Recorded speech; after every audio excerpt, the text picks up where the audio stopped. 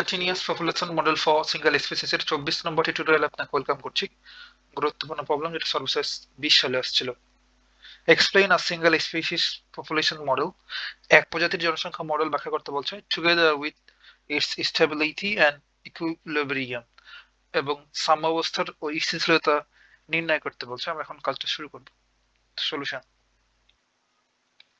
আমরা জানি ভাই যে লজিস্টিক গ্রোথ মডেলের ক্ষেত্রে বা ভারহাস লজিস্টিক মডেলটা হচ্ছে এক প্রজাতির জনসংখ্যা মডেল, এবং সেটার ক্ষেত্রেই আমাদের সাম্যাবস্থা এবং স্থিতিশীলতা নিয়ে ডিসকাস করতে হয়। তো প্রথমে আমরা সেটাই লিখবো যে ভারহাস লজিস্টিক মডেল, এটাই কিন্তু আমাদের single species population model, Verhulst logistic মডেলটা, তাই না? আমরা এই চ্যাপ্টারে যে কয়টা মডেল নিয়ে কথাবার্তা বলছি সবগুলো সিঙ্গেল স্পিসিস এর জন্য। আমাদের চ্যাপ্টারের নামই হচ্ছে ফর সিঙ্গেল স্পিসিস। তাহলে ভারহাস লজিস্টিক মডেলটা আমরা প্রথমে লিখে ফেলবো।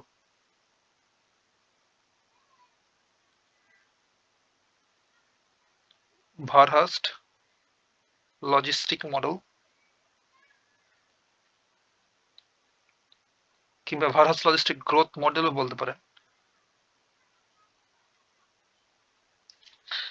মডেলটা কি ছিল আমাদের? ডিএন আপন ডিটি ইকুয়ালস টু আর।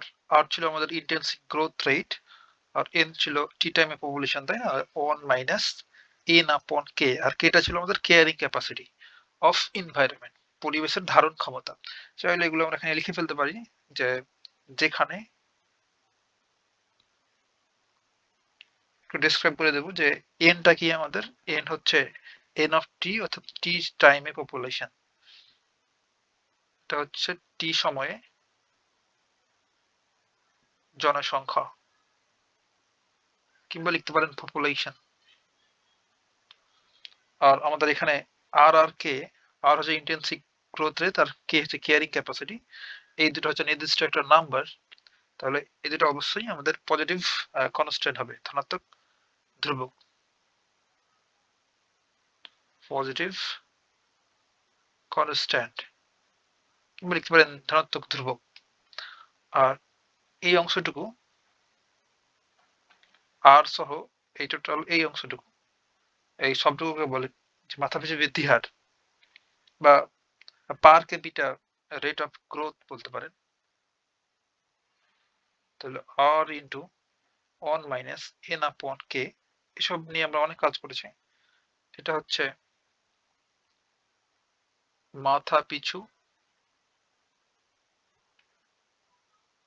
বৃদ্ধির হার। এসব করছি কারণ আমাদের প্রথমে বলে দিয়েছে ভাই যে এক্সপ্লেন করতে বলছে, হ্যাঁ, সিঙ্গেল স্পেসিস পপুলেশন মডেলটা, সেটাই করছি আর কি। দেন কেটা হচ্ছে আমাদের কেয়ারিং ক্যাপাসিটি অফ এনভায়রনমেন্ট, কিংবা বলতে পারেন পরিবেশের ধারণ ক্ষমতা, পরিবেশের ধারণ ক্ষমতা। এখন আমরা এই ভারহাস লজিস্টিক মডেলের জন্য স্টেবিলিটি এন্ড ইকুইলিব্রিয়াম আমি সব ডিসকাস করব। তাহলে এটাতে আমরা 1 নম্বর ইকুয়েশন দিয়ে রাখতে পারি, এটা কাজে লাগাবো এখন স্থিতিশীলতা আলোচনা করার জন্য। তাহলে এখন আমরা লিখব যে স্থিতিশীলতা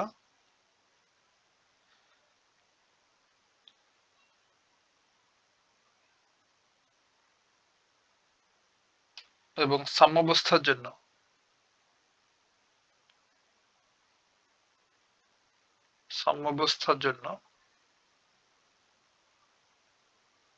আমরা কি লিখতে পারবো? ইতিমধ্যে জানি যে ডিএন আপন ডিটি, পরিবর্তনটা হবে 0, অর্থাৎ পপুলেশনটা স্থির থাকবে। সাম্যাবস্থা যদি আমরা চিন্তা করি, এটা কি কি মিন করছে ভাই? আমরা গ্রাফ ড্র করে করে সব শিখছিলাম, তো এই বরাবর আমরা টাইম টি নিতাম, আর এই বরাবর পপুলেশন এন, পপুলেশনটাকে আমরা এন দ্বারা ডিনোট করছি। আবার পি দ্বারা পপুলেশন লেখা থাকতে পারে, বাট আমরা এন দ্বারা ডিনোট করছি এই প্রবলেম। তাহলে আমাদের এই ওয়াই অ্যাক্সিস বরাবর পপুলেশন এন থাকতো, আর এক্স অ্যাক্সিস বরাবর আমাদের টাইম টি থাকতো। দেন আমাদের নির্দিষ্ট জনসংখ্যা ধারণ ক্ষমতা, সেটাকে আমরা কেয়ারিং ক্যাপাসিটি বলতাম। ধরেন এটা হচ্ছে কেয়ারিং ক্যাপাসিটি। যদি এমন হয় যে পপুলেশন এই কেয়ারিং ক্যাপাসিটি এটা নিচে থাকে, তাহলে আমাদের এক্সপোনেনশিয়ালি গ্রোথ হবে পপুলেশনটা, সূচকীয় হারে বৃদ্ধি পেতে পেতে এই কেয়ারিং ক্যাপাসিটিতে গিয়ে একেবারে স্থির হয়ে যাবে, আর পপুলেশন বাড়বে না। আমরা ভারাস লজিস্টিক মডেল থেকে সব জানি। আর যদি পপুলেশন শুরুতেই আমাদের পপুলেশন একবারে এই কেয়ারিং ক্যাপাসিটির উপরে থাকে, যদি ধরেন এই বরাবর আছে আমাদের পপুলেশনটা, তাহলে পপুলেশনটা ডিক্রিজ হতে হতে হতে হতে কেয়ারিং ক্যাপাসিটি আছে, দেন আমাদের স্ট্রেট লাইন বরাবর চলতে থাকে, তাই না? তখন আমরা এটারই ঢাল নির্ণয় করি। ঢাল বলতে এই ডিএন আপন ডিটি, কিংবা ফার্স্ট ডেরিভেটিভটাকে আমরা ঢাল বলি, তাই না, যে ডিওয়াই আপন ডিটি, এটা হচ্ছে আমাদের ঢাল। তাহলে স্ট্রেট লাইন যখন হয়ে যায় তখন সেক্ষেত্রে ঢালটা কত হয়? 0 হয়। সেই কনসেপ্টটাই মূলত আমরা এখানে ইউজ করছি, যে পপুলেশন যখন কেয়ারিং ক্যাপাসিটিতে পৌঁছে যায় তখন আর চেঞ্জ হয় না, তখন পরিবর্তনটা 0। সেটা কি বলছে? সাম্যাবস্থা। কিংবা কেয়ারিং ক্যাপাসিটির চাইতে যদি বেশি হয়ে যায় পপুলেশন, সেটাও কেয়ারিং ক্যাপাসিটিতে ফিরে আসে, দেন পপুলেশনের যে পরিবর্তন সেটা স্থির হয়ে যায়, চেঞ্জ হয় না। তাহলে ডিএন আপন ডিটি, এইসব নিয়ে আমরা অনেক কথাবার্তা বলেছি। হ্যাঁ, টিউটোরিয়াল 21 মেবি এমন একটা প্রবলেম সলভ করছিলাম, এটা নতুন কিছু না আর কি। তাহলে এই ডিএন আপন ডিটি এটা সমান আমরা 1 নম্বর ইকুয়েশন থেকে কি লিখতে পারি? 1 নম্বর ইকুয়েশনে ডিএন আপন ডিটি সমান হচ্ছে রাইট সাইড, এই অংশটুকু এখন লিখে ফেলবো, সেটা হচ্ছে আর ইন্টু এন 1 মাইনাস এন আপন কে ইকুয়ালস টু 0। তাহলে এটা ইকুয়ালস টু 0 মানে হচ্ছে এই অংশটুকু সমান 0, এই অংশটুকু সমান 0। আমরা চাইলে এই আরটাকে ডান পাশে যদি পার করে দিই তাহলে কি হবে? ইন্টেন্সিক গ্রোথ রেট, তাহলে এটা যে 0 হয়ে যাবে, 0 ডিভাইড বাই সামথিং মানে 0। তাহলে এখানে পড়ে আছে n ইন্টু 1 মাইনাস এন আপন কে ইকুয়ালস টু 0, তাই না? আর এই আর এটা হচ্ছে আমাদের গ্রোথ রেট বা বৃদ্ধি হার, সেহেতু এটা কখনো 0 হতে পারে না, সেটা বলে দেবো আর নট ইকুয়ালস টু 0। এটা হচ্ছে নট ইকুয়ালস টু 0, অর্থাৎ বৃদ্ধি তো থাকতেই হবে। তাহলে এখানে আমরা লিখতে পারবো therefore যে n ইকুয়ালস টু 0 এবং 1 মাইনাস n আপন কে এইটা ইকুয়ালস টু 0। তাহলে এখানে ইমপ্লাই করছে এটা ডান পাশে পার করে দিলে n upon K equals to হচ্ছে 1, এটা ইমপ্লাই করছে যে n ইকুয়ালস টু কে। এখানে আমরা দুইটা ক্রিটিক্যাল পয়েন্ট রয়ে গেছি, একটা হচ্ছে n ইকুয়ালস টু 0 এবং একটা হচ্ছে n ইকুয়ালস টু কে। এই দুটো পয়েন্টে আমাদের স্থিতিশীলতা ডিসকাস করতে হবে, অর্থাৎ n ইকুয়ালস টু 0 এই পয়েন্টে আমাদের যে পপুলেশনটা স্থিতিশীল না অস্থিতিশীল, স্টেবল না আনস্টেবল, আর n ইকুয়ালস টু কে এই পয়েন্টে আমাদের পপুলেশনটা কি স্টেবল না আনস্টেবল, এসব ডিসকাস করতে হবে। তাহলে একবার আমরা n ইকুয়ালস টু 0 এই পয়েন্টের জন্য করব, আর একবার n ইকুয়ালস টু কে এটার জন্য। তাহলে প্রথম কাজটা হচ্ছে আমাদের 1 নম্বর n ইকুয়ালস টু 0 বিন্দুতে। তাহলে আমরা যদি এই গ্রাফটা চিন্তা করি তাহলে আমাদের পপুলেশন এখানে 0, এই বিন্দুতে ডিসকাস করছি, এই পয়েন্টটা হচ্ছে আমাদের n ইকুয়ালস টু 0, আর এই পয়েন্টটা হচ্ছে আমাদের population n equals to K,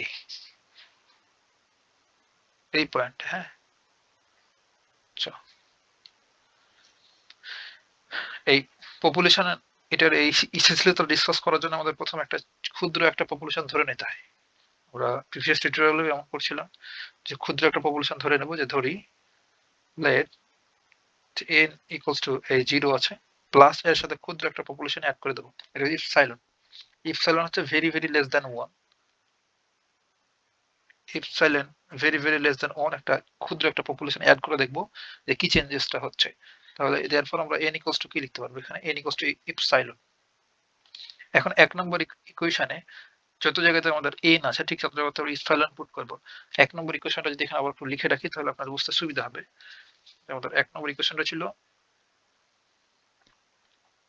dn upon dt equals to rn into 1 minus n upon k, এইটা ছিল আমাদের ইকুয়েশনটা 1 নম্বর ইকুয়েশন। এই 1 নম্বর ইকুয়েশনে যত জায়গাতে n আছে ঠিক তত জায়গাতে ইপসাইলন পুট করব। তাহলে d epsilon upon dt equals to r epsilon into 1 minus epsilon upon k, এটা ইমপ্লাই করছে যে d epsilon upon dt equals to, just multiply করে দিই r epsilon plus minus minus r ইপসাইলনের স্কোয়ার আপন কে।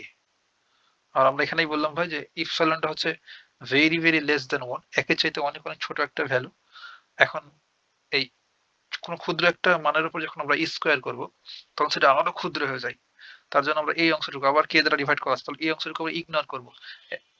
বুঝতে পারলাম? তাহলে আমরা এখানে লিখে দেবো যে ইপসাইলনের উচ্চ ঘাতকে আমরা বর্জন করে বা স্কোয়ারিং টার্মটাকে বর্জন করে পাই, নেগলেক্ট করতে পারবো। কারণটা হচ্ছে যে ইপসিলন এমনিতে একটা ক্ষুদ্র একটা ভ্যালু, এটা যখন স্কোয়ার করবো তখন আরো ক্ষুদ্র হয়ে যাবে, আবার এটাকে কে দ্বারা ডিভাইড করবো তখন আরো ক্ষুদ্র। তো এই অংশটুকু নেগলেক্ট করা যায়। তাহলে আমরা সিম্পলি এই অংশটুকু যখন বাদ দিয়ে দেবো তখন আমরা এই প্রশ্নে লিখতে পারবো ডি ইপসাইলন আপন ডিটি। আর যখন এই রাইট সাইডের অংশটুকু বাদ দিয়ে দিলাম এই অংশটুকু, তখন তো আর ইকুয়াল লিখতে পারবো না, হ্যাঁ, তখন লিখবো ইকুইভ্যালেন্স আর ইপসাইলন। এক্সাক্ট ভ্যালুটা তো থাকবে না, যখন এই অংশটুকু বাদ দিয়ে দেবো তখন জাস্ট আর ইপসাইলন লিখলাম। আর এই অংশটুকু দেখে চিনতে পারছেন ভাই, এটা হচ্ছে আমাদের ম্যালথাসিয়ান মডেল। তাহলে এটা যদি সুন্দর করে লিখে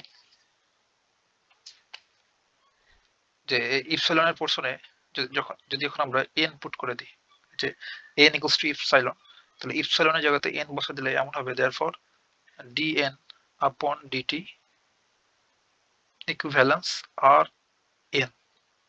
এটা হচ্ছে আমাদের ম্যালথাসিয়ান মডেল। আর ম্যালথাসিয়ান মডেলে যখন এমন হয়, আমরা প্রিভিয়াস টিউটোরিয়ালে অনেক বেশি সব কথাবার্তা বলছিলাম, একটু যদি দেখাই আমাদের ডিএন আপন ডিটি ইকুয়ালস টু আর এর, এটা হচ্ছে আমাদের ম্যালথাসিয়ান মডেল। আর এই ম্যালথাসিয়ান মডেলের ক্ষেত্রে সলভটা কি হয়, সলভটা করে দেখাচ্ছিলাম একবার, দেখাই কত নম্বর টিউটোরিয়াল মেবি এটা।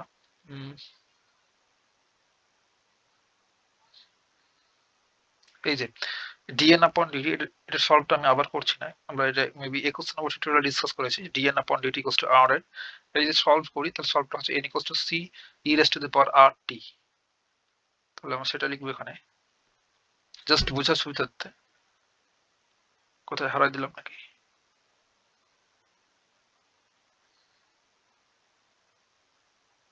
সরি।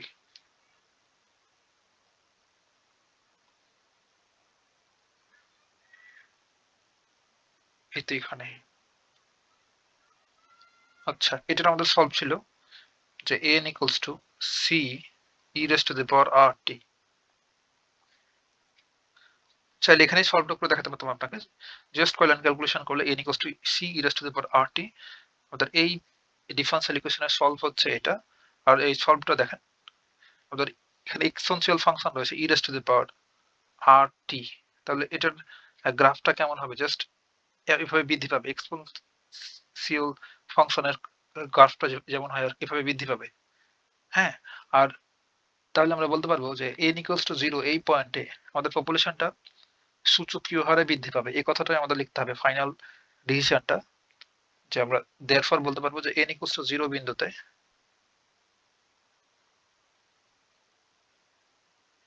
অর্থাৎ উপরের ফিগারটা যদি আপনাকে একটু দেখাই, যে এই যে এখানে যে আমাদের পপুলেশন এখানে 0, দেন এখান থেকে বৃদ্ধি পাবে এক্সপোনেনশিয়ালি, বৃদ্ধি পেতে পেতে পেতে পেতে পেতে একেবারে কেয়ারিং ক্যাপাসিটিতে এসে স্থির হবে। তার আগে এই এই পথে টোটাল আমাদের বৃদ্ধি পেতে থাকবে পপুলেশনটা এক্সপোনেনশিয়ালি ম্যালথাসিয়ান মডেল অনুসারে। তাহলে n equals to 0 এই বিন্দুতে আমাদের পপুলেশনটা অস্থিতিশীল বা আনস্টেবল।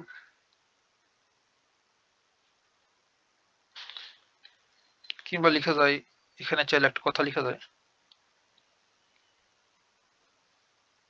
যে অর্থাৎ ক্ষুদ্র আদিমানের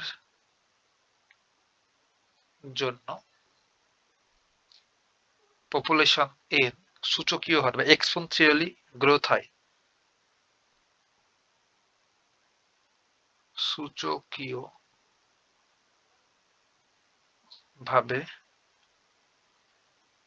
বৃদ্ধি পায়। দেয়ারফর আমরা বলতে পারবো n equals to 0 এই পয়েন্টে পপুলেশনটা আনস্টেবল, স্থিতিশীল না, অস্থিতিশীল।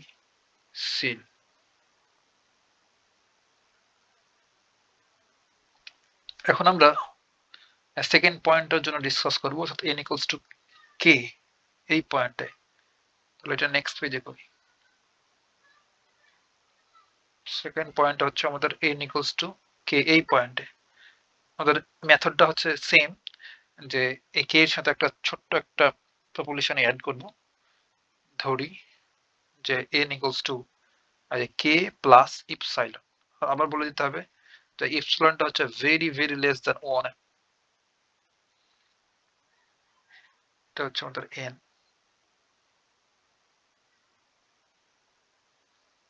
এখন ওই 1 নম্বর ইকুয়েশনে ঠিক যত জায়গাতে আমাদের n আছে ঠিক তত জায়গাতে আমরা কে প্লাস ইপসাইলন পুট করব।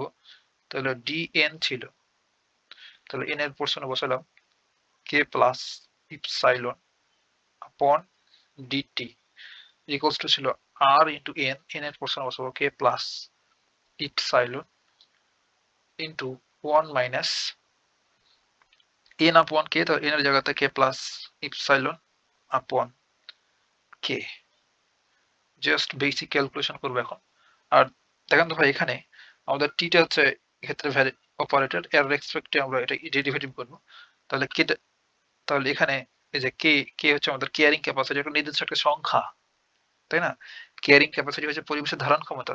তাহলে পরিবেশের ধারণ ক্ষমতা নির্দিষ্ট একটা সংখ্যা থাকে, তাহলে কেটা অবস্থায় কনস্ট্যান্ট, তাহলে এটার কোনো কাজ থাকছে না এখানে। তাহলে আমরা সিম্পলি এখানে লিখতে পারবো যে ডি এপসাইলন আপন ডিটি ইকুয়ালস টু, আর এটা যদি মাল্টিপ্লাই করে দিই তাহলে আর কে প্লাস আর ইপসাইলন ইন্টু 1 মাইনাস, আর ভেতরে একটা ক্যালকুলেশন করা যায় চাইলে, আমরা যদি এলসিএম নিই কে, তাহলে লিখতে পারবো কে মাইনাস কে, আর এই মাইনাস আর এ প্লাস মাইনাস ইপসাইলন।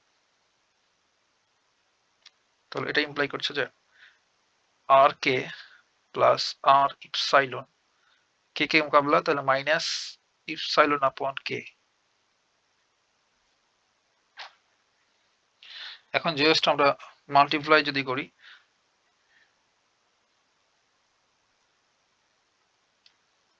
তাহলে কি হবে, আর কে জায়গায় থাকলো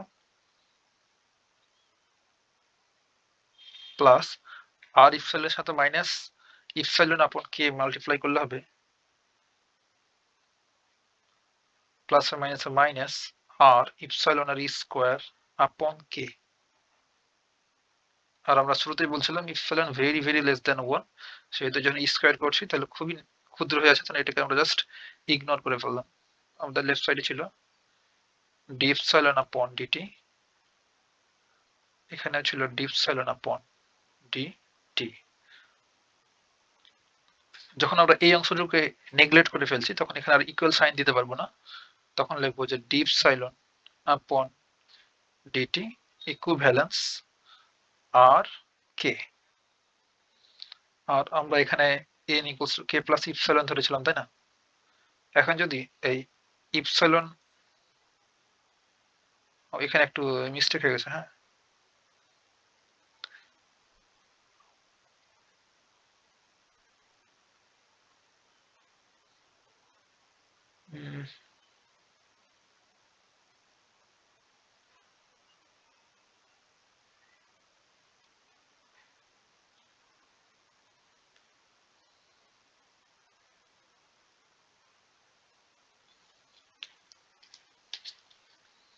এইখানে একটু মিস্টেক হয়ে গেছে।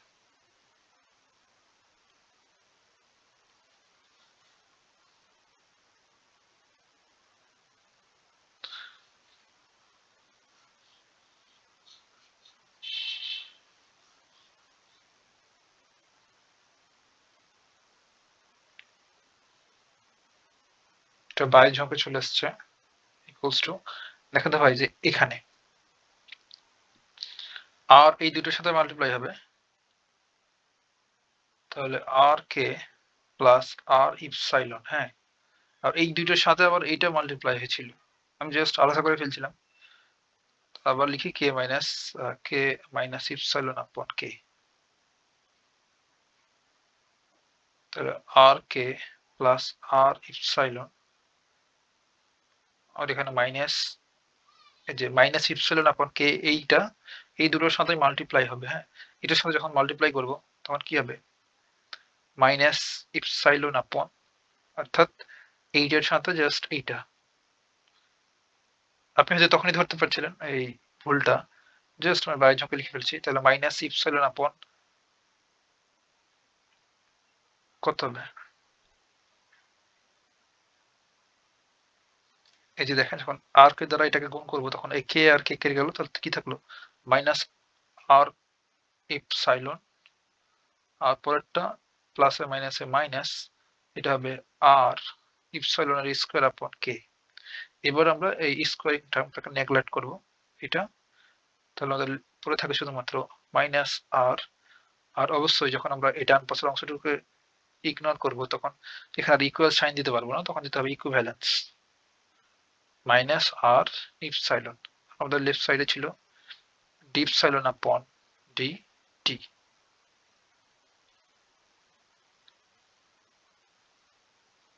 তাহলে এটা ইমপ্লাই করছে যে আমরা দেখছিলাম এখানে যে n equals two n plus epsilon, তাই না? তাহলে ওখান থেকে আমরা ক্যালকুলেশন করি n equals two k plus epsilon, তাহলে ইপসাইলন ইকুয়ালস টু আমরা লিখতে পারবো n মাইনাস k। তাহলে এখন ইপসাইলনের পোরশনে যদি আমরা n মাইনাস k পুট করি তো কি হবে d dt, এই ইপসাইলনের পোরশনে বসাচ্ছি n minus k equivalence minus R, এখানে বসাচ্ছি n মাইনাস k।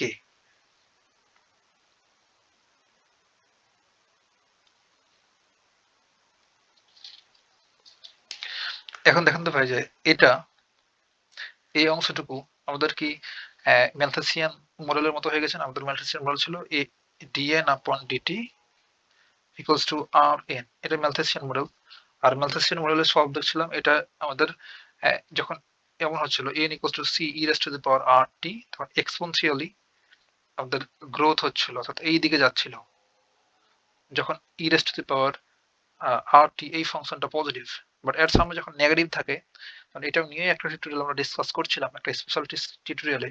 যখন সলভটা এমন হয় n equals two minus c e raised to the power rt এমন সলভ হয়, তখন এটা এক্সপোনেনশিয়ালি ডিক্রিজ হয় পপুলেশনটা, অর্থাৎ গ্রাফটা নিচের দিকে হয় এইভাবে।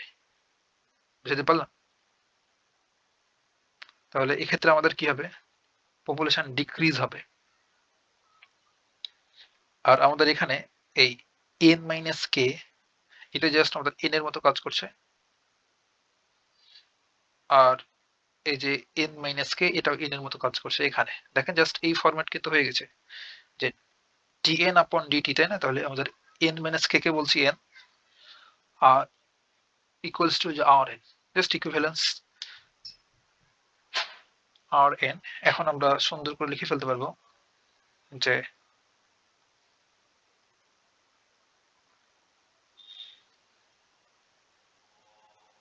ইহা নির্দেশ করে, যেহেতু নেগেটিভ এখানে নেগেটিভ তার জন্য ডিক্রিজ হবে, হ্যাঁ, এক্সপোনেনশিয়াল ফাংশন নিচের দিকে।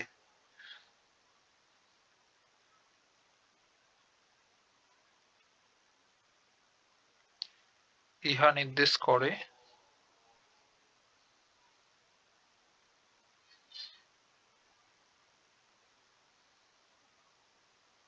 আর টাইম যখন আমাদের ইনফিনিটি চলে যাবে তখন আমাদের পপুলেশনটা কেয়ারিং ক্যাপাসিটির দিকে ধাবিত হবে। দেয়ারফর আমরা বলতে পারবো যে n ইকুয়ালস টু k এই পয়েন্টে পপুলেশনটা স্থিতিশীল বা স্টেবল।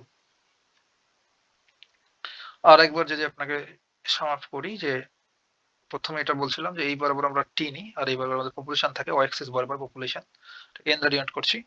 এন্ড ধরেন আমাদের এটা হচ্ছে কেয়ারিং ক্যাপাসিটি কে, তাহলে পপুলেশন যদি কেয়ারিং ক্যাপাসিটির উপরে থাকে তাহলে তো এক্সপোনেনশিয়ালি ডিক্রিজ হবে, ডিক্রিজ হয়ে হয়ে কেয়ারিং ক্যাপাসিটি আসবে। আবার যদি নিচে থাকে পপুলেশন জিরোতে তাহলে এটা বৃদ্ধি পেতে পেতে এই কেয়ারিং ক্যাপাসিটি যাবে, দেন স্ট্রেট লাইন বরাবর চলবে। এখানে পরিবর্তনটা জিরো হবে। তখন স্টেবল হয়ে গেল পপুলেশন, তাই না? এটাই মূলত বলছে আমাদের। আর এসবই আমরা ২-৩ টা টিউটোরিয়াল যেটা করতেই আছি। এতটুকুই ভাই, কথা হবে নেক্সট টিউটোরিয়ালে।